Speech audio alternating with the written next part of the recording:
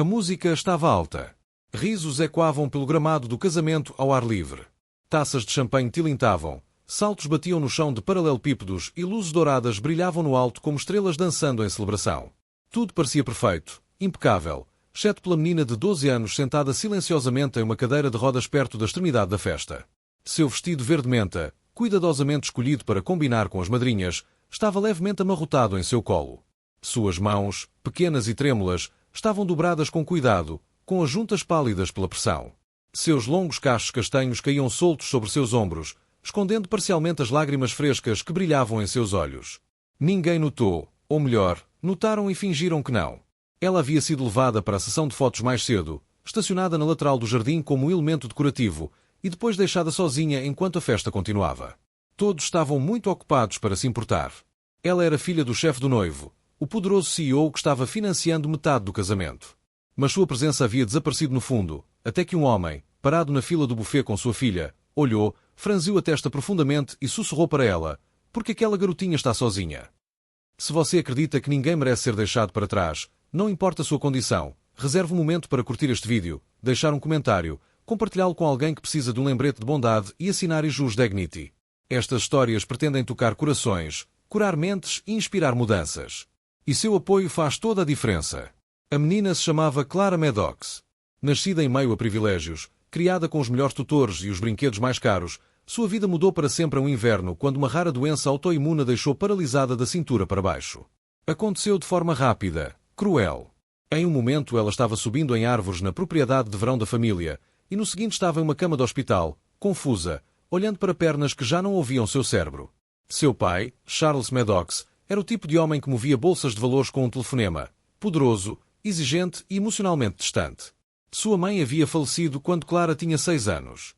Após o diagnóstico, Charles se enterrou ainda mais em seu império, escondendo sua impotência sob camadas de horários, guarda-costas e relatórios de lucros. Clara foi deixada aos cuidados de enfermeiras e terapeutas 24 horas por dia, mas raramente, ou nunca, nos braços de alguém que simplesmente a amasse. Então, quando chegou o convite para o casamento da filha de seu CFO, um que ele não podia faltar por questões de imagem, Charles decidiu trazer Clara, não para incluí-la ou criar laços, mas porque parecia melhor mostrar-se como um homem de família. Ela arrumou o cabelo. Ela teve um vestido feito sob medida. Ele fez com que uma enfermeira a preparasse para a viagem. Mas assim que chegaram ao luxuoso vinhedo transformado em local de casamento, ele desapareceu em conversas de estilo de sala de reuniões, brindando com investidores, posando para selfies com o noivo e nunca perguntando como ela se sentia. A cadeira de rodas de Clara foi discretamente empurrada para a beira do jardim, e ali ela ficou, fingindo admirar as rosas, fingindo que não se sentia invisível. O pai solteiro se chamava Jaime Ross, um ex-professor de inglês do ensino médio que virou motorista de entrega após a perda de sua esposa. Jaime criou sua filha, ela, com garra e humildade. Ele não tinha muito, mas o que tinha, dava de todo o coração. Ela, agora com 13 anos, estava ao lado dele em um vestido azul simples, segurando um copo de refrigerante e olhando a mesa de sobremesas. Eles não deveriam estar lá, originalmente. Jaime era amigo do buffet e foi chamado de última hora para cobrir a falta de um funcionário. Ele trouxe ela porque não tinha com quem deixá-la. É assim que o destino funciona às vezes, permitindo que a graça surja a lugares onde é menos esperada. Jaime notou Clara pela primeira vez durante os discursos. A multidão ria enquanto o padrinho recontava histórias constrangedoras da faculdade, mas os olhos de Jaime continuavam voltando para a jovem na cadeira de rodas. Ela estava batendo palmas suavemente, educadamente, mas algo em seu sorriso parecia ensaiado. Foi quando uma foto em grupo começou e todos se rearranjaram sem perguntar se Clara queria ser incluída que Jaime se virou para ela. "Você está vendo isso?" Ele perguntou. "Ela está simplesmente sentada ali." Ela seguiu seu olhar e acenou com a cabeça, com as sobrancelhas franzidas. Depois de um momento, Jaime se aproximou. Não foi dramático. Não foi alto. Ele simplesmente se aproximou devagar, agachou-se ao lado dela e disse: "Oi, meu nome é Jaime. Você está bem aqui sozinha?" Clara olhou para ele com os olhos arregalados e assustados. Ninguém havia falado com ela em horas. Ela gaguejou: "Eu estou bem." Mas sua voz falhou, e isso foi tudo que Jaime precisou ouvir. Ela juntou-se a eles, sorrindo timidamente. "Eu adoro sua coroa de flores," ela disse. A mão de Clara se levantou para tocá-la. "Obrigada," ela sussurrou. "É das madrinhas." Jaime assentiu. "Se importa se ficarmos um pouco com você?" E assim, o mundo dela mudou. O que se seguiu não foi um grande milagre. Não houve fogos de artifício. Mas naqueles pequenos e pacientes momentos, algo extraordinário floresceu. Jaime perguntou sobre seus livros favoritos.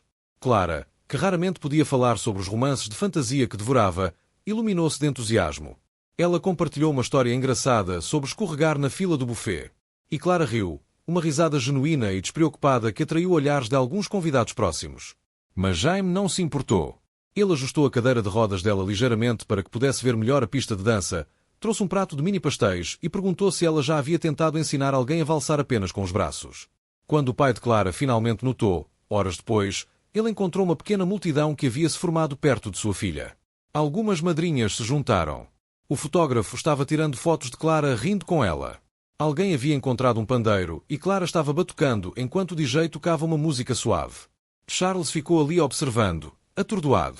Sua filha, a mesma que ele pensava ser muito frágil, muito cansada, muito complicada para fazer parte de uma celebração, estava radiante, e tudo isso porque um estranho se importou o suficiente para fazer uma pergunta simples.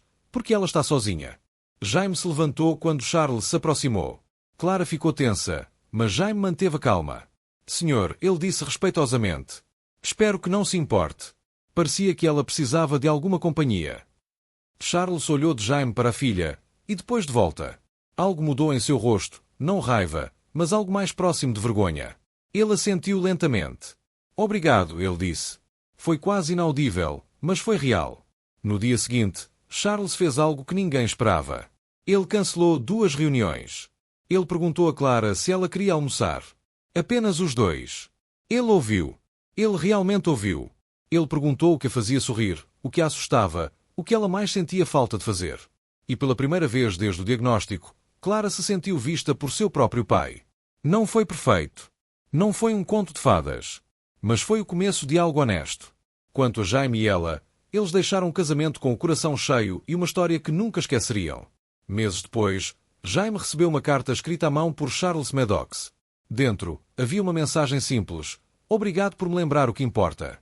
Eu já perdi muito dela, mas graças a você, não perderei o resto. Anexo estava um certificado de bolsa de estudos para a Dream Music School de ela, totalmente financiado. Se esta história tocou seu coração, se você acredita que a bondade ainda tem o poder de mudar vidas, por favor, curta este vídeo, compartilhe com alguém que você ama e assine Jus Dignity. Compartilhamos histórias que honram a compaixão, a esperança e a força encontrada em heróis improváveis. Seu engajamento nos ajuda a alcançar mais corações ao redor do mundo. PS, se você já esteve no lugar de Clara ou de Jaime, deixe um comentário abaixo. Adoraríamos ouvir sua história. Você nunca sabe quem pode precisar ler suas palavras hoje.